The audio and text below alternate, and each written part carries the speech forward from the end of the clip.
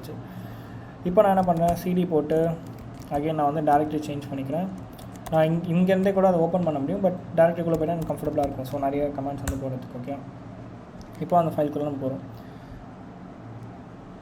So APK tool வந்து நம்ம use பண்ணி டீகம்பைல் பண்ணி மைனஸ் அது ஜஸ்ட் டி மட்டும் கொடுத்துங்க. டி கொடுத்துட்டு சப்வேசஃப் அந்த ஃபைல் நேம் கொடுத்துருங்க. ஓகே, இது வந்து நமக்கு டீகம்பைல் பண்ணி மொத்த டேட்டா வந்து நமக்கு அவுட்புட் பண்ணி கொடுத்துரும். ஓகே,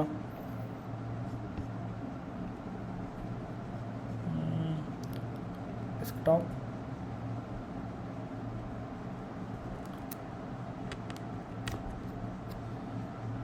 ஸோ இங்கே வந்துருக்கு பார்த்தீங்களா, ஃபைல் ஒன்று ஃபோல்டர் ஒன்று க்ரியேட் பண்ணியிருக்கான். அதான் நான் சொன்ன ஃபைல் இதுதான். இந்த ஃபைல் தான் நம்ம வந்து ஓப்பன் பண்ணி பார்ப்போம்.